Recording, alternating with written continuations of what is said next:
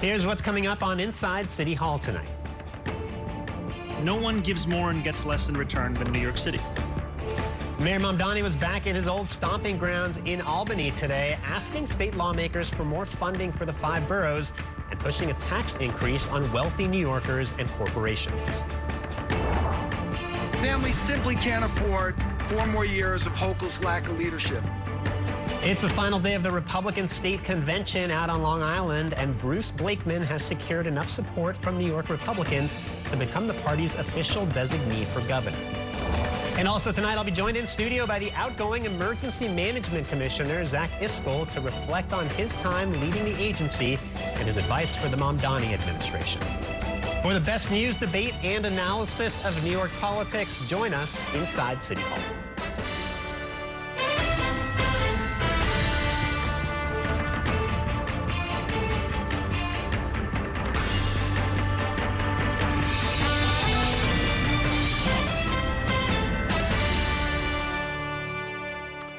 Good evening and welcome to Inside City Hall for Wednesday, February 11th, 2026. I'm Bobby Kuza. Mayor Mamdani today is going back to the drawing board, saying the fiscal crisis facing New York City isn't as bad as he originally thought.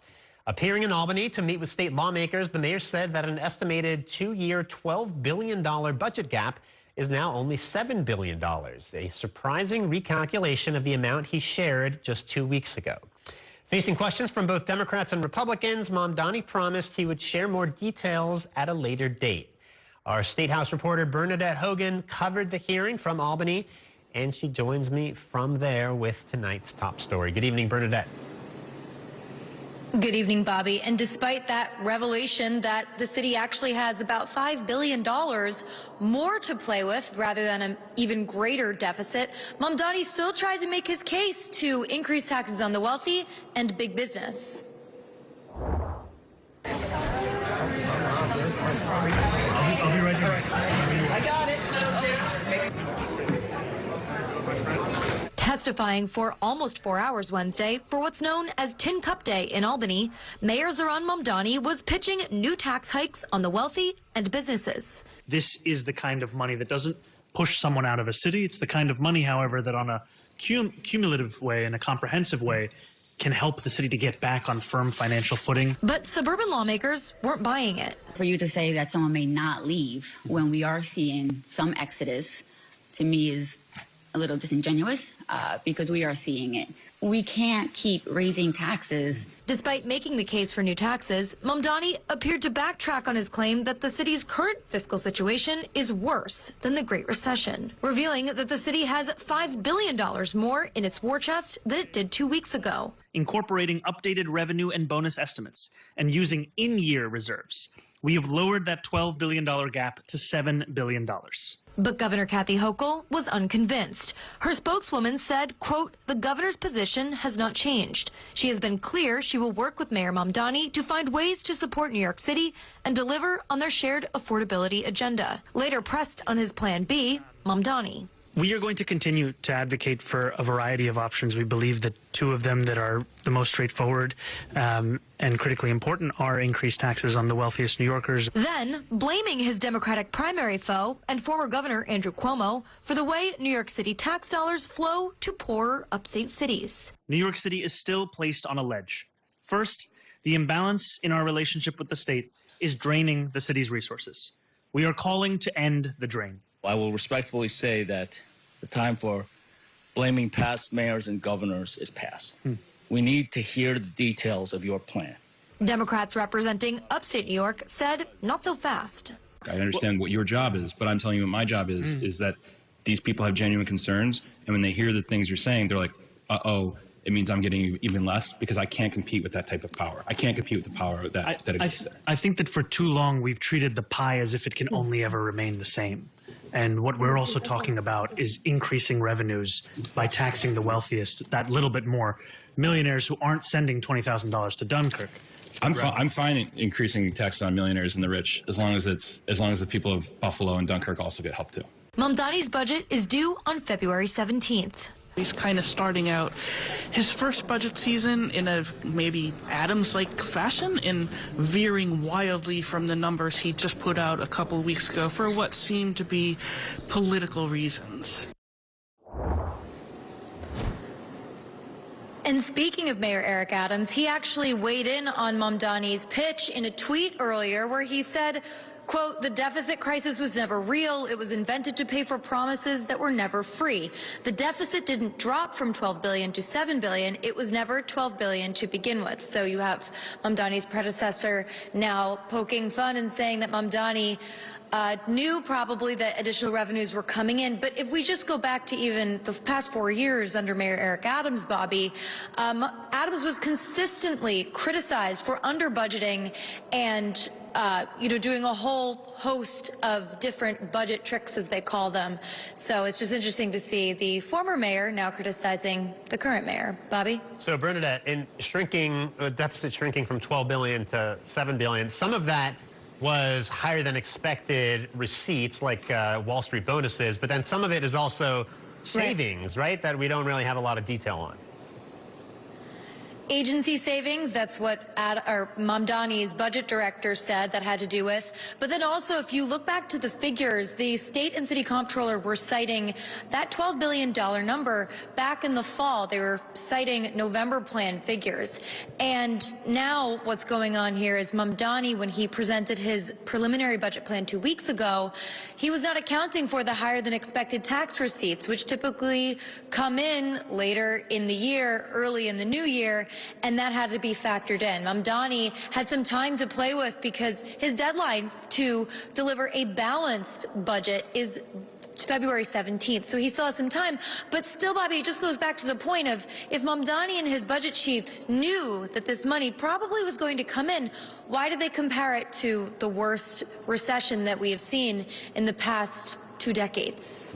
All right, Bernadette Hogan from Albany, thank you for that report. Meanwhile, on Long Island, the Republican State Convention wrapped up today. Nassau County Executive Bruce Blakeman officially became the Republican designee for governor, and the party set its ticket for the statewide elections this year. Our Dan Rivley was on Long Island today, and he joins me now back in studio with more. Good evening, Dan. Good evening, Bobby. I think one of the common themes from the Republican officials and Blakeman addressing Republicans was that it was time to end one-party Democratic rule, which Blakeman and Republicans blamed on the affordability crisis on issues of high taxes and high energy bills. Blakeman used his record in Nassau County as a counterexample to Hochul's governorship. This is about comparing my record of success to Kathy Hochul's 4 years of failure. Bruce Blakeman setting the stakes of his campaign against Governor Kathy Hochul and Democrats' one-party rule of New York. Taxes are soaring. Electric bills and insurance premiums keep climbing out of control. Crime is rising. Businesses are leaving the state in record numbers. Republicans made Blakeman their designated candidate at the New York GOP convention in Nassau County, where he's the county executive. And I haven't raised taxes by a single penny in 4 years. He used it as a point of contrast to Hochul.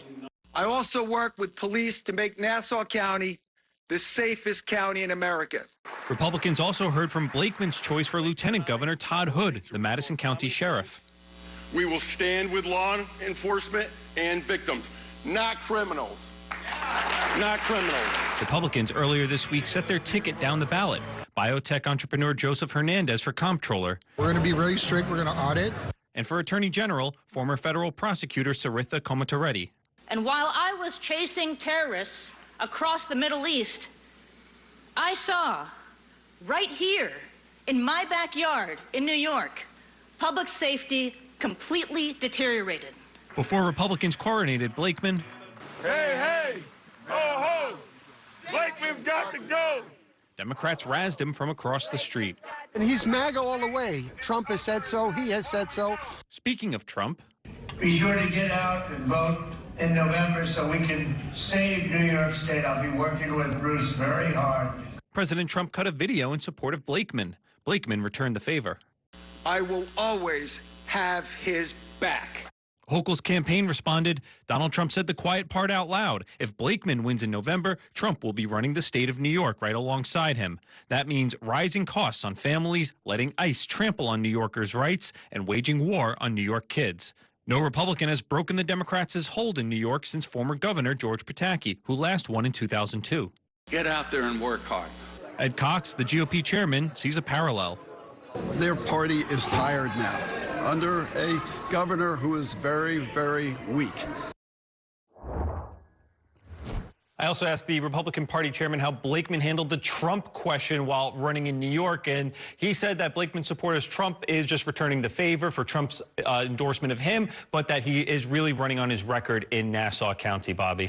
Yeah, I mean, the Trump question is interesting because tying himself to Trump and having Trump's endorsement might help him among Republicans and maybe in some corners of upstate, but I don't know if that helps him with independent voters because, you know, we have seen Trump's numbers begin to sag in recent weeks. Right, in particular over immigration enforcement in Illinois and Minnesota. But Blakeman is trying to fashion it in his own way, saying we are going to go after the violent criminals, the worst of the worst. And he did that in Nassau County, having an agreement with ICE. So he points to that record. But he says he doesn't want to go after the people who have been here for a long time and have not been committing crimes, which is a departure from the Trump immigration policy, which really had a hard time distinguishing. It was more of a wider deportation effort, the mass deportations, that did include some of the worst, but also included people who had their visa lapse and things like that.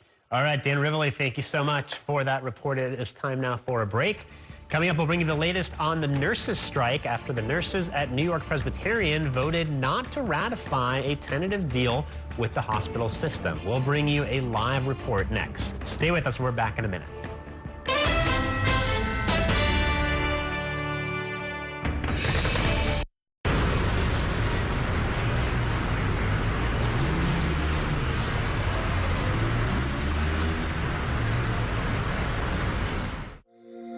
Every day tells a new story. At Mornings on One, we're dedicated to bringing you the stories that matter most to start your day.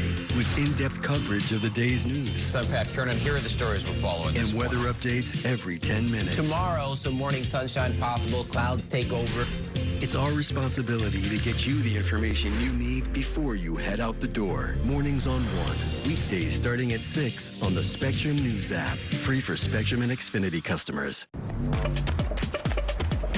When you're connected with Spectrum, you get 5G and fiber-powered internet combined for the fastest wireless speeds. So you can sweat for the right reasons. It's only the seamless connection you love at home, everywhere you go. It's only everything.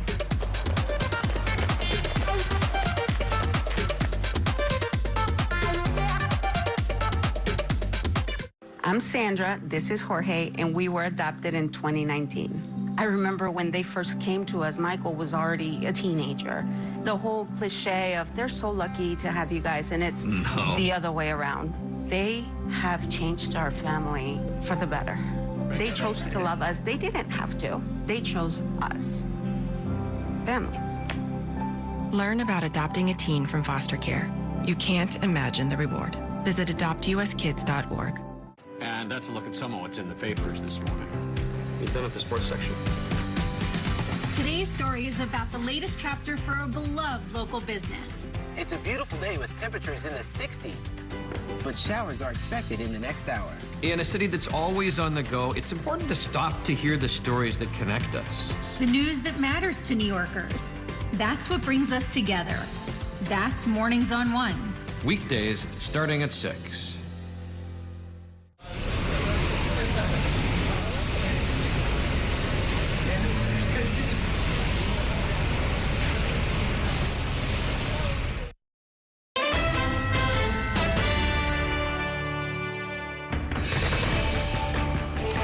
Welcome back to Inside City Hall. We have some developing news on the nurses' strike. This evening, nurses at New York Presbyterian voted against a tentative deal that they had reached with the hospital system. Meanwhile, nurses at Mount Sinai and Montefiore approved their tentative deals. Our Rebecca Greenberg has been following the story, and she joins me now from outside New York Presbyterian Hospital in Washington Heights with the very latest. Good evening, Rebecca. Well, hi there, Bobby. It's certainly a coincidence that we happen to be outside of New York Presbyterian Hospital tonight when it is the only hospital that has not reached an agreement with its nurses. We really thought the end was in sight for this historic strike for all three hospital systems, but unfortunately for both parties, it will go on for at least another day. Now, we did get a statement from a spokesperson for New York Presbyterian Hospital, and it says the voting has concluded, and we are disappointed that our nurses did not ratify the mediator's proposal, which we had accepted on February 8th. And New York State Nurses Association leadership endorsed. Now, nurses at Mount Sinai ratified their new contract by 87% of the vote. Nurses at Mount Sinai Morningside and West ratified by 96%, and nurses at Montefiore ratified by 86%, an overwhelming majority, right? Now, nurses at New York Presbyterian voted to reject their tentative agreement and the mediator's proposal. More than 4,200 nurses remain on what NYSNA is calling an unfair labor practice strike at New York Presbyterian. Now, some of the contract priorities included in these proposals include maintaining safe staffing standards and increasing the number of nurses, protecting health benefits for nurses, protecting nurses from workplace violence, safeguarding against AI, and increasing salaries by more than 12% over the course of three-year contracts. Now, just to reiterate, nurses at Montefiore and Mount Sinai have agreed to those terms. Now, in a statement, a spokesperson for Mount Sinai said that the hospital system voted overwhelmingly to ratify these new three-year contracts, ending the nearly 5-week strike by NYSNA and beginning the process of bringing our nurses back to work. Now, that is definitely welcome news for those two hospital systems. Mount Sinai says that they expect their nurses to be back on the job starting the morning shift this Saturday, February 14th. It's unclear when nurses at New York Presbyterian will finally reach an agreement and be back on the job. But what we know now is that all parties involved in this historic strike want their nurses to be back at work so they can serve their patients and get back to making money. Bobby? All right, Rebecca Greenberg, thank you so much for that report. Meanwhile, in Washington, D.C., Commerce Secretary Howard Lutnick is under fire. A growing number of Democrats are demanding his resignation after newly released documents contradict Lutnick's claims that he had ended contact with sex offender Jeffrey Epstein before Epstein's conviction. Our Washington, D.C. Bureau reporter Shannon Ryan has the details in this report. Like so many New Yorkers, Howard Lutnick's life crumbled alongside and was rebuilt from the ashes of the Twin Towers. As CEO of the bond trading firm Cantor Fitzgerald, Lutnick lost 658 employees, including his own brother, when the World Trade Center collapsed. We have to make our company be able to take care of my 700 families. 700 families. Lutnick was initially hailed for his efforts to care for families of the dead. Howard Lutnick, a personality this country will not forget. As New York rebuilt, so did Lutnick, reviving the firm and its charity efforts. In 2013, New York One filmed him standing alongside Senator Chuck Schumer, announcing debit cards for Hurricane Sandy victims. And they can spend any way they want. But Lutnick's photo ops with Democrats were short-lived. Hello, New York! Advocating against radical Islam, the New York businessman became a staunch supporter of President Donald Trump. We must elect Donald J. Trump president because we must crush jihad! Today, Lutnick is firmly cemented in Trump's inner circle as his Secretary of Commerce. After years spent navigating tragedy, he's now facing a self-made crisis. You misled the country and the Congress based on your earlier statements. Documents recently released by the Justice Department show Lutnick went to Jeffrey Epstein's home in 2011 and had lunch on Epstein's private island with his family in 2012, 4 years after Epstein was first convicted of sex crimes. The revelation contradicts claims Lutnick made this fall that he and his wife cut ties with Epstein, their next-door neighbor in New York, in 2005, after he alluded to untoward massages during their first meeting. My wife and I decided that I will never be in the room with that disgusting person ever again. Really? So I was never in the room with him socially, for business, or even philanthropy. A one and absolutely done. It's a contradiction he struggled to explain in a Senate hearing Tuesday. I barely had anything to do with that person. Calls for Lutnick's resignation are mounting in Congress. So he's just got to resign for all those reasons. He should make life easier on the president, frankly, and just resign. Support from the president has not wavered. Secretary Lutnick remains a very important member of President Trump's team, and the president fully supports the secretary. That was Shannon Ryan reporting for us from our Washington, D.C. bureau. It is time now for a break. Coming up as we continue celebrating Black History Month here on New York One, Cheryl Wills will join me next with her exclusive report about the discovery of a connection to the Underground Railroad in Manhattan. Stay with us. We're back in a minute.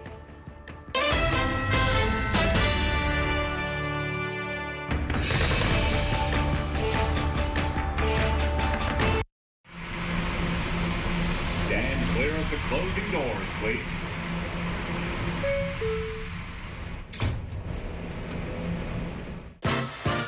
There's nothing quite like the feeling of going to the theater. Onstage celebrates that excitement every week by taking you behind the scenes with the latest news and in-depth interviews of the hottest shows on and off Broadway. So grab a seat, because this is a show you won't want to miss. Join us every Saturday and Sunday at 7:30 p.m. for Onstage. Onstage is presented by your Tri-State Cadillac dealers. Discover which Cadillac is right for you and elevate your journey. It's only a hike. It's only made possible by Spectrum Business connecting healthcare providers of all sizes. Like hospitals relying on the Spectrum Fiber broadband network with industry-leading reliability. Practices keeping patient data safe with advanced security. Pharmacies accessing records in the cloud without fail. It's tailored connectivity solutions built for life-changing moments. It's only a hike. It's only everything. Spectrum Business. Mom was always organized, but she started forgetting to pay her bills on time. And she'd buy the same gifts over and over. Telling the girls about my Alzheimer's diagnosis was really hard. At first, we had our cries, but then we were like, okay, let's make a plan. Early detection gave us time to adapt together. It's so important for you to think about what you can do and making the most of what you have. If you or your family are noticing changes, it could be Alzheimer's. Talk about seeing a doctor together. From my time growing up in Queens watching New York One to my time reporting here, I've seen how quickly a story can change. At News All Day, we bring you the news as it's happening, from around the boroughs to local government to your neighborhood. Because our city never stops moving. Hi, I'm Shannon Ferry with the day's developing stories. But first, stay up to date and informed with News All Day, weekdays from noon to 4.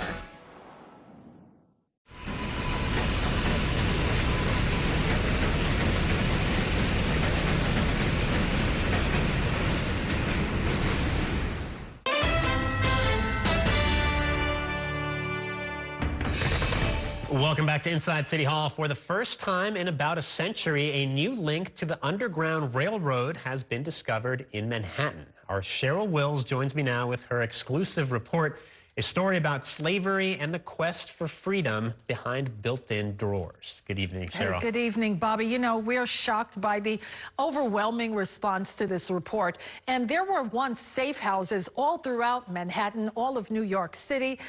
But we had no idea this one was on East 4th Street. Hidden inside this historic 19th century house on East 4th Street is a secret sanctuary. Welcome to the Merchant's House. Yes, I'm excited.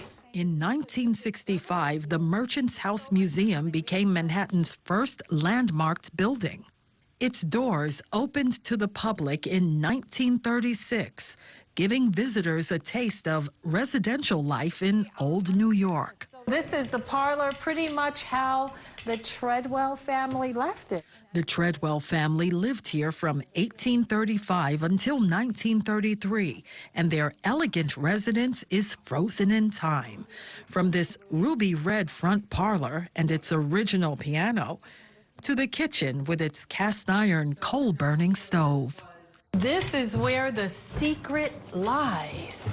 But when you head upstairs to the bedrooms on the second floor, There's something strategically hidden behind these built-in drawers, not revealed to the public until now. A link to the Underground Railroad.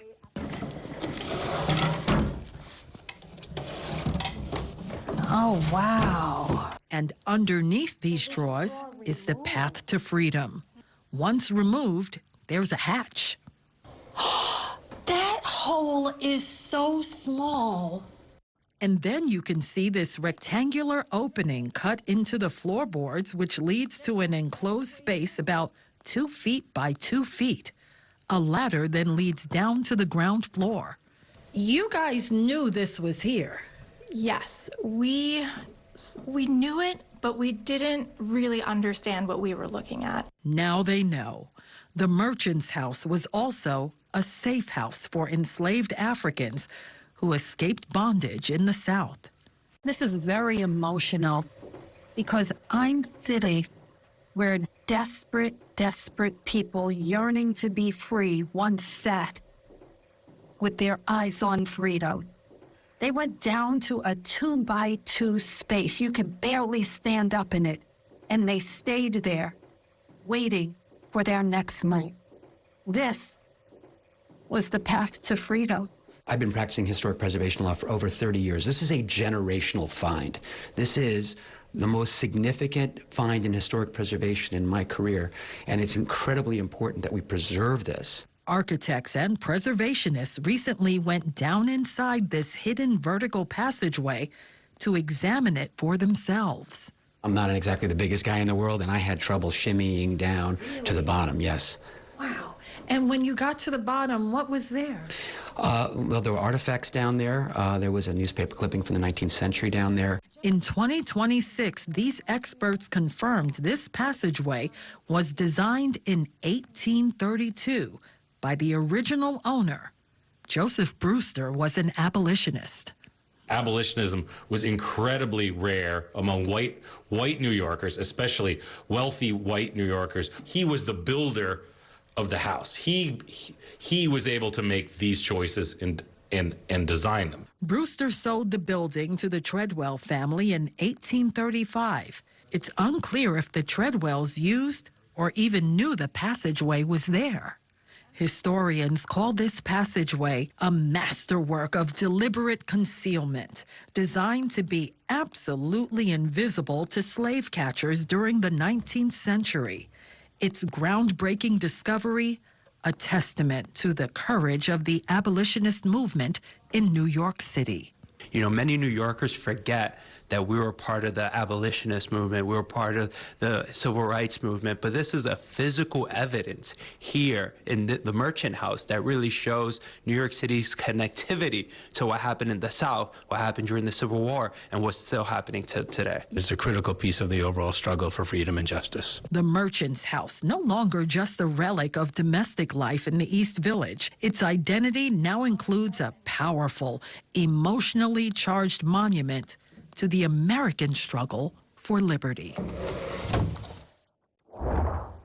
And you know, Bobby, when I went into that passageway, it was so emotional. And I didn't know I was going to do that when I got there. I didn't know if they would even let me. But when I realized I had full access, I wanted to feel the energy of what those people went through and the terror that they lived in day after day. It was a chilling experience. And they were hiding from slave catchers, who were right? everywhere in New York City looking for Africans who escaped from the South. And that was someplace that they could stay, but even in the house, they had to conceal Had to themselves. hide. And the original owner, who was an abolitionist, Joseph Brewster, if he had been caught, he would have probably been killed in the street for harboring these fugitives. And it tells a story of how wealthy white New Yorkers were all in for abolition. And that's a story that hasn't been well told. Wow, really, really powerful stuff. Cheryl Wills, thank you so much for joining us. All right, it is time now for a break. Coming up, outgoing Emergency Management Commissioner Zach Iscol will join me in studio. We'll talk about his time leading the agency as well as the Mamdani administration's response to the extreme cold. Stay with us.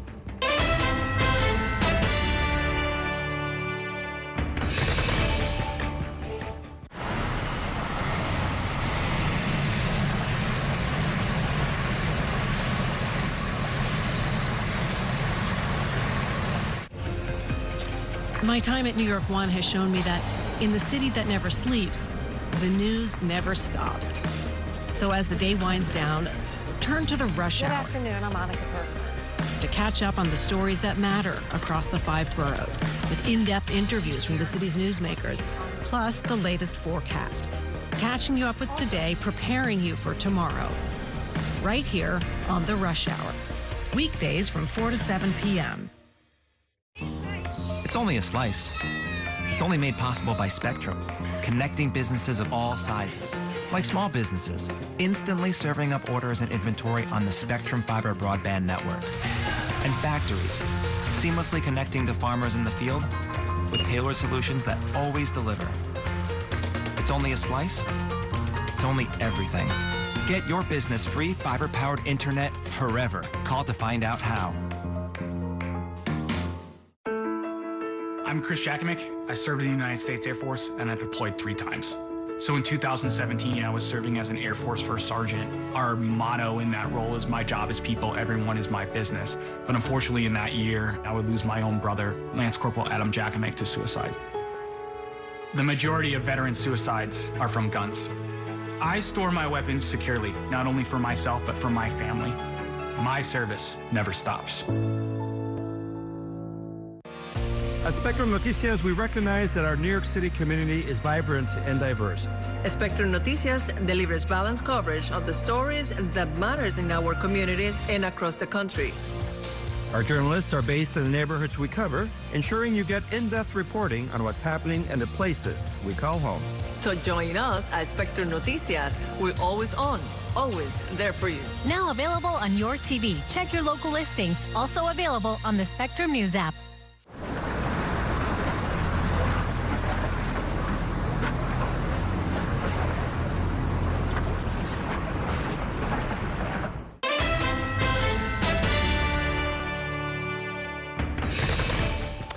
Welcome back to Inside City Hall. For the last 4 years, our next guest was in charge of the city's response whenever an emergency hit the 5 boroughs.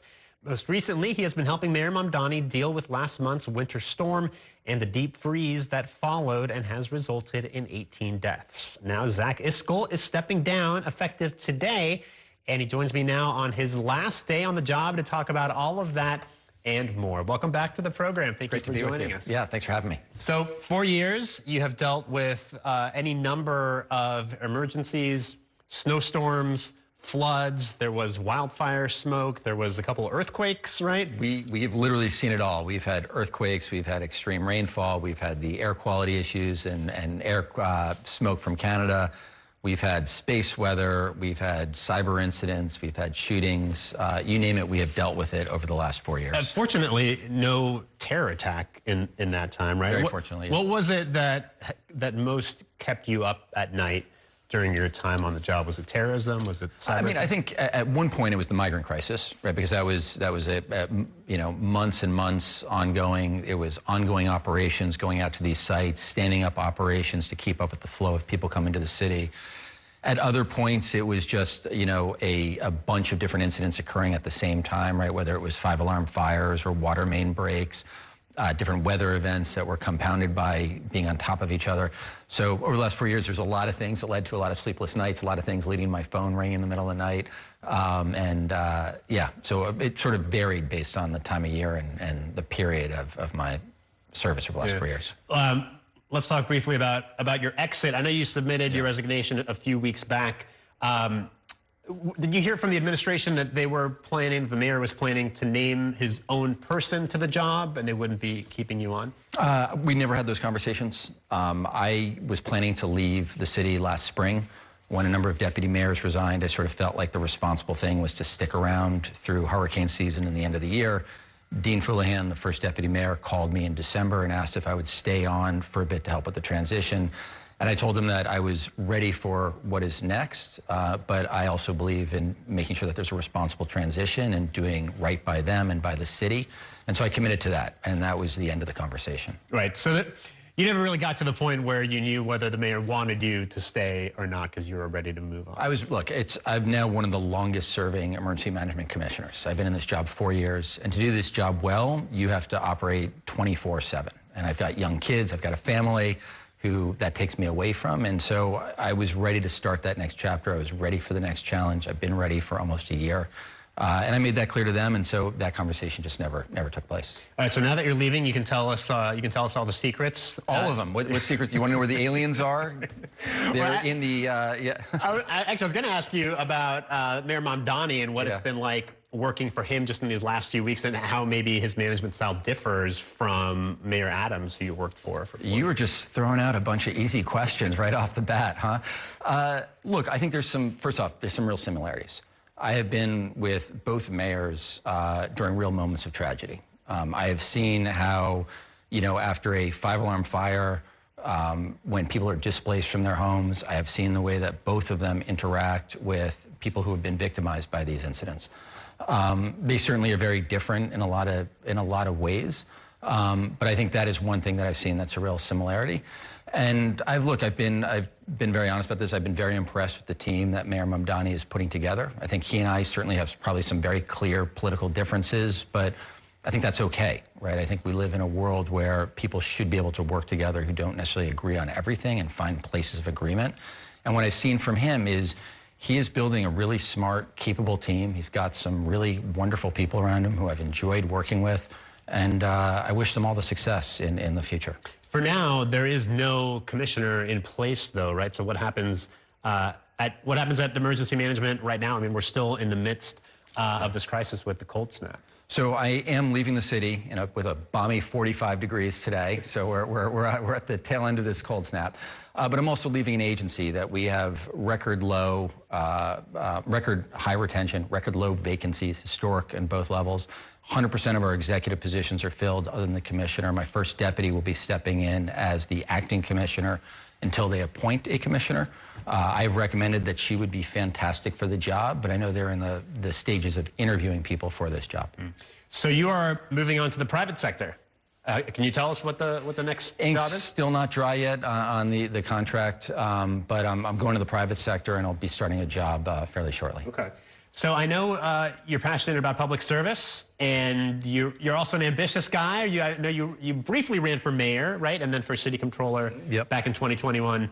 So what are you gonna run for next? I am running to just make sure I'm taking care of my kids. I mean, right now, look, I've got, and this sounds like such a cliche when people say I'm leaving to go spend time with my family. I will never have a more important role than being married to my wife and being the father of her 4 kids. I've got 1 in college. I've got 3 little ones, 11, 10, and 7, and I want to spend time with them. And so for right now, this chapter of my life is really about being a more present dad, more present husband, not having a phone that's going off at 3 in the morning that is taking me away from them. And so that's really what I'm focused on now. Eventually, though, you would consider running for public office? I would consider it. I am a public servant. I love public service. And the thing I love most about it, and the thing that was hardest for me walking out of the building today, is I really love working with the men and women who serve this city. Right? Like, there's nothing like it. It reminds me of when I was in the Marine Corps, working every day with Marines, people who are about something bigger than themselves. I'm going to miss that. I miss it already, and that is really hard for me. And so who knows what the future will hold, but right now I know what this next chapter is. This next chapter is about my family.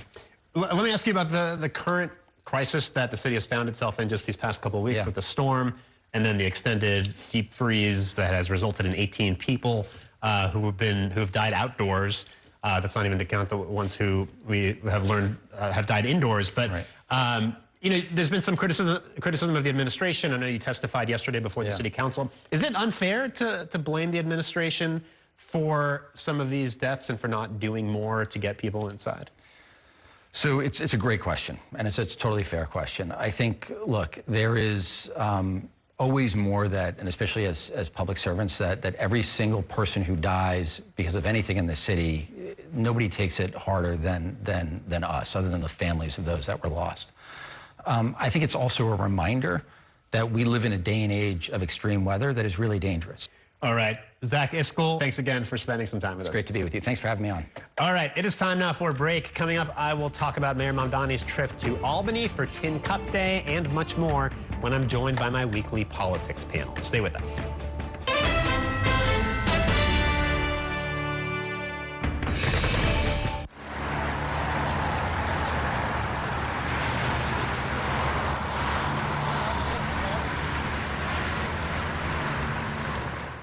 After 30 years of forecasting for New York, I've learned it takes a dedicated team to cover all the weather our city has to offer. As chief meteorologist at New York One, I'm honored to be able to help New Yorkers plan their day. Morning, noon, or night, our team is here to bring you accurate forecasts you can count on, from severe weather updates to our weather on the ones. Watch the New York One weather experts with your weather on the ones on your TV and on the go with the Spectrum News app. I moved from Dallas to Los Angeles all by myself. The order of things I wanted to set up was internet, water, then power. I needed to take a shower, but I really did need the internet for work and to watch my shows. That's kind of a crazy thing to admit in front of a camera. Pretend I didn't say that. I got to Spectrum. I was so relieved that I was getting the best bang for my buck. It was a huge weight taken off of my shoulders. Real customers, real savings. To see how much you can save, visit spectrum.com/save. I'm an ex-drug dealer, and I'll be your sub today.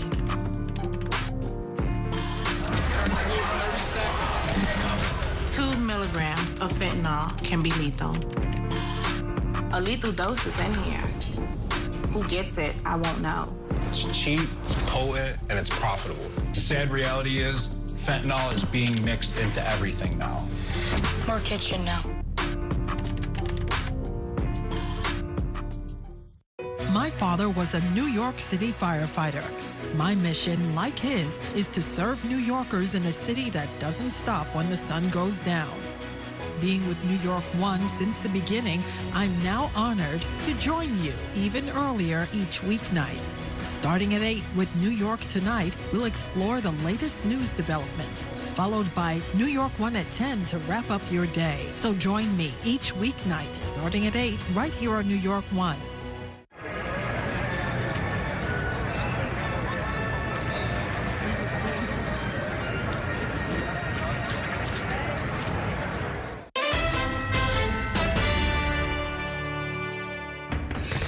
Welcome back to Inside City Hall, where we are turning back to Mayor Mamdani in Albany today for Tin Cup Day. And joining me now to talk about all of this and much more is my politics panel.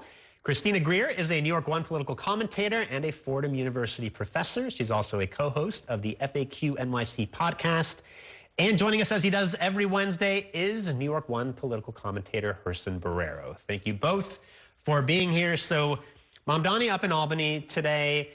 Let me ask you what you think about his strategy, because he got some money from Governor Hochul for universal child care, but he's still pushing for more, right?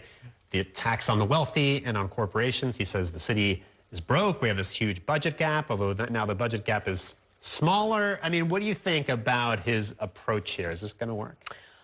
Who knows if it's going to work, but he did promise in his speech on Inauguration Day that we were not going to be a city that thinks about things in a small way, and he was going to push more and more. And so even though he's gotten a win with Governor Hochul as far as childcare, it's well, why stop there? I mean, there's so many issues that New Yorkers need, and yes, there is a budget deficit that's sort of a sliding scale depending on how we're calculating things, but he made a promise to New Yorkers during his election and on Inauguration Day that I'm not going to stop at sort of the low-hanging fruit. And so I think it's time for wealthier New Yorkers to pay their fair share. So he's going to keep pushing. Whether he's successful or not, that remains to be seen. But I think what will keep him in the good graces of percentage of New Yorkers is them seeing that he's still working on the promises that he made from all of 2025 to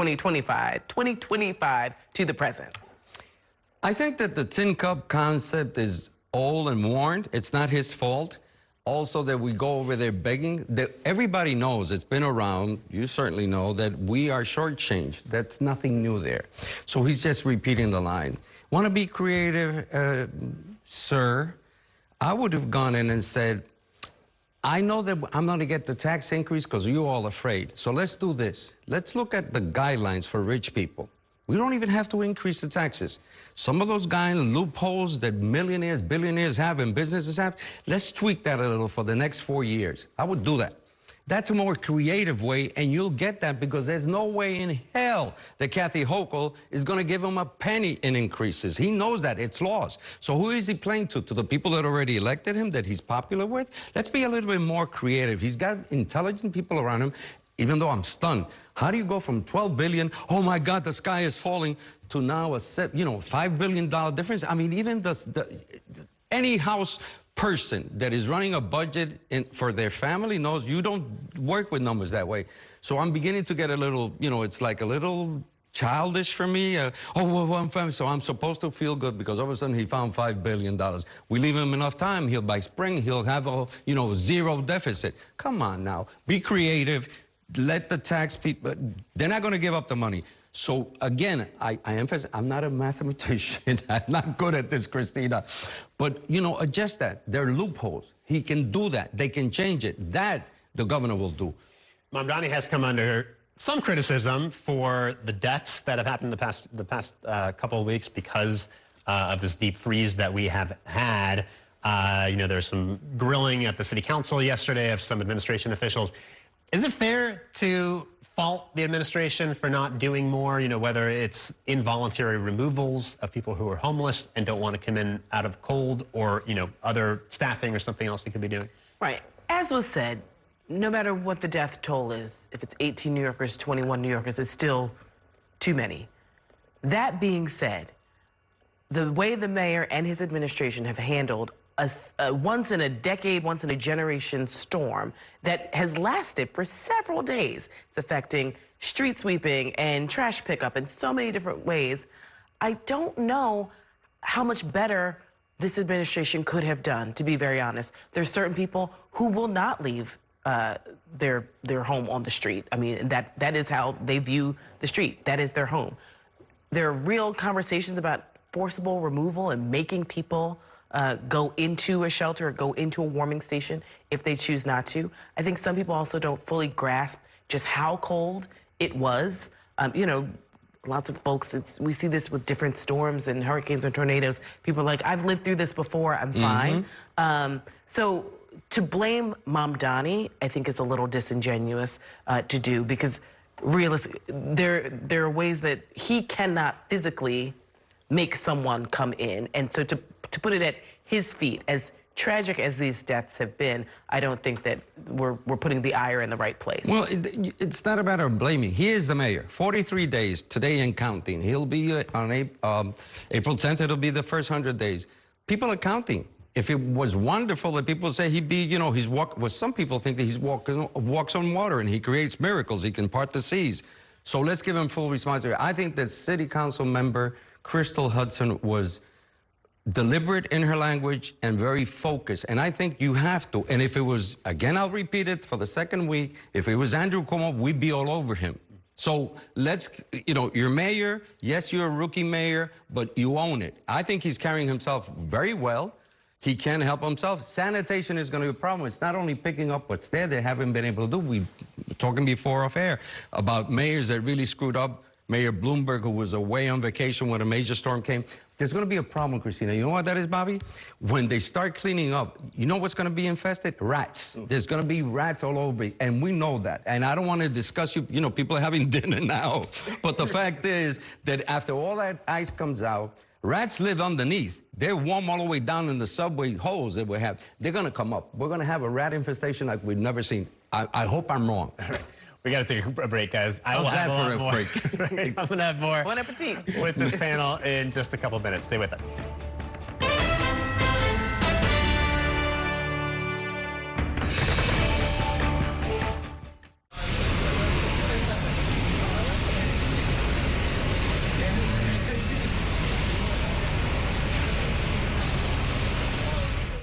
We have so many ways to stay connected.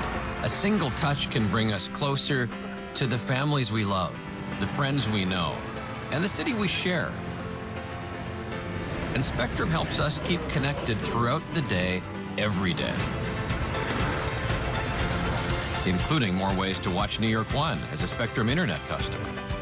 Watch Spectrum News New York One on the Spectrum News app, available on all your favorite devices.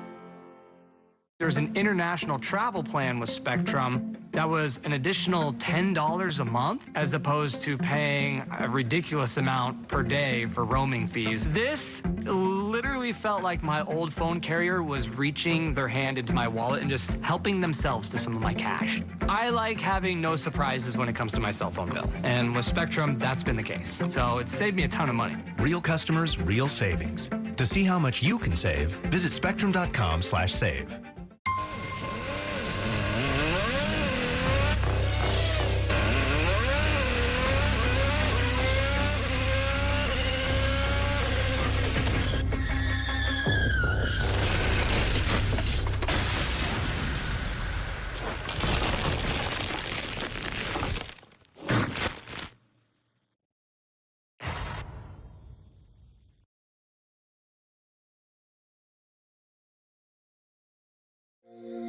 Every day tells a new story. At Mornings on One, we're dedicated to bringing you the stories that matter most to start your day with in-depth coverage of the day's news. I'm Pat Kernan. Here are the stories we're following. And weather updates every 10 minutes. Tomorrow, some morning sunshine possible. Clouds take over.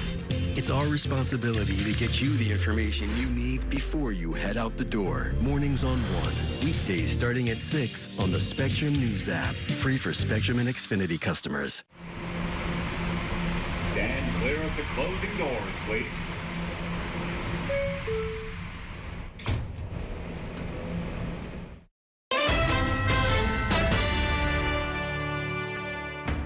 Welcome back to Inside City Hall. I'm once again joined by my weekly politics panel, Christina Greer and Herson Barrero. So I want to talk about the governor's race.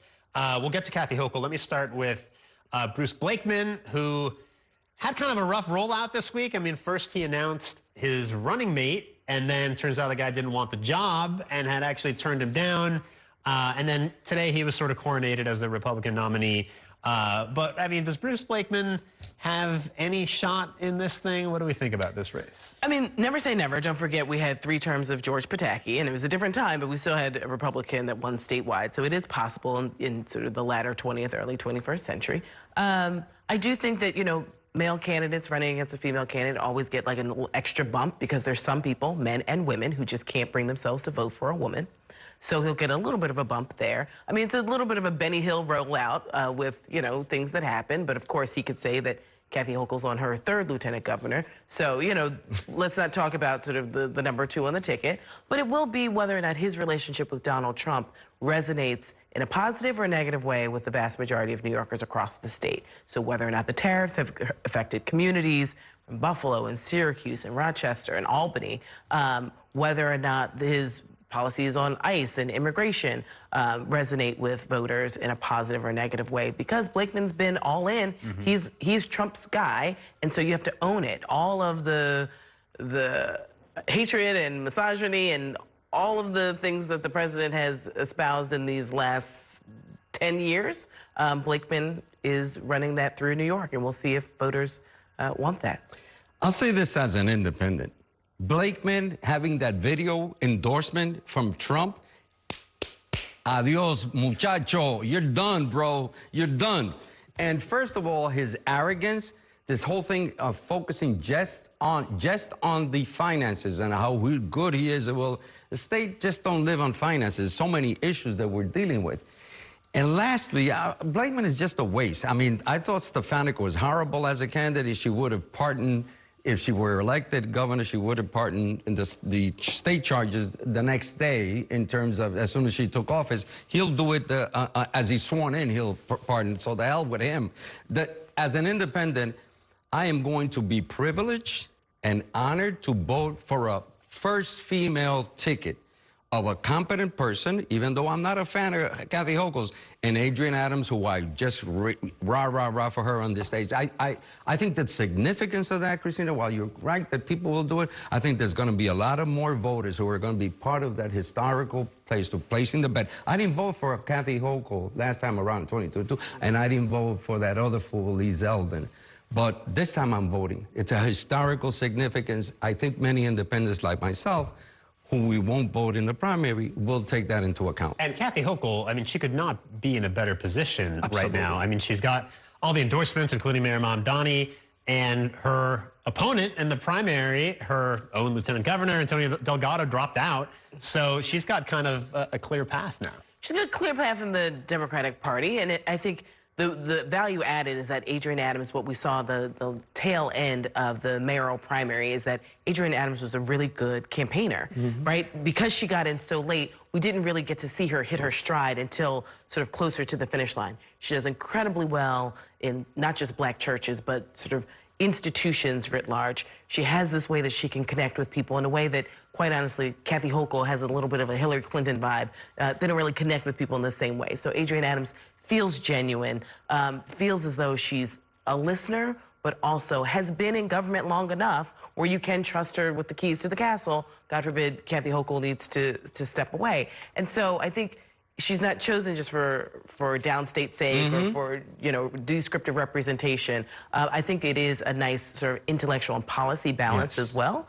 And, you know, unlike Delgado, who all of a sudden became a progressive out of nowhere, but when he was a member of Congress, he was definitely a moderate, Adrienne Adams has not been, you know, far left or far right. I mean, she's been sort of a pragmatic progressive at times, and she's also been, you know, moderate in certain other policy areas. So it makes sense statewide that the two of them would pair up. Just a minute left, but did Delgado make the right call? I mean, it seemed like his candidacy was going nowhere. There was no campaign, but he, you know, chickening out and realizing that he has no place to go, he should have stuck in, at least get an attempt. He looks like a fool. He looks just like an unappreciative person. I mean, slapping the person who brought you in. He was a nobody known, and I think he just blew it. That's what I feel. Yeah, I mean, we would not know about Antonio Delgado statewide if it weren't for Kathy Hochul, and I don't know what his political future. I mean, obviously people resurrect themselves, but as of now, I think that there's he'll have to go away quietly into the night for some bit of time. And not come back. All right, guys. Christina Greer, Herson Barrero, thank you both for joining us tonight, and that is going to do it for tonight's show. Thanks for watching, everybody, and have a great evening. We will see you the next time on Inside City Hall.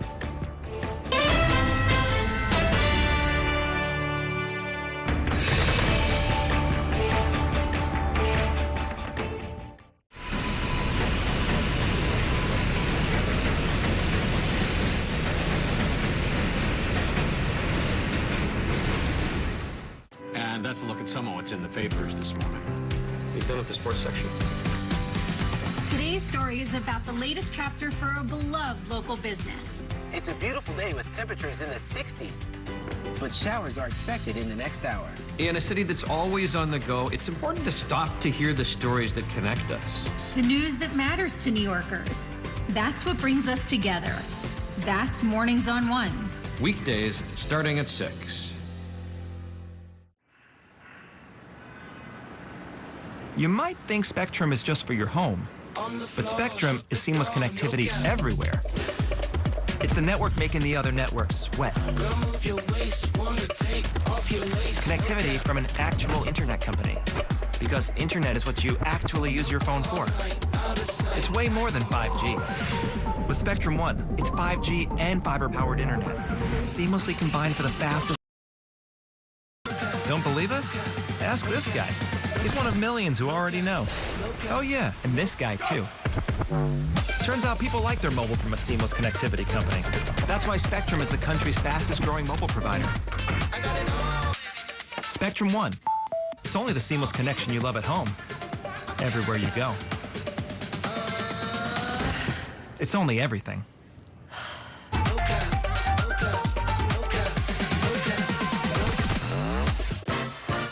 There's nothing quite like the feeling of going to the theater. On stage celebration.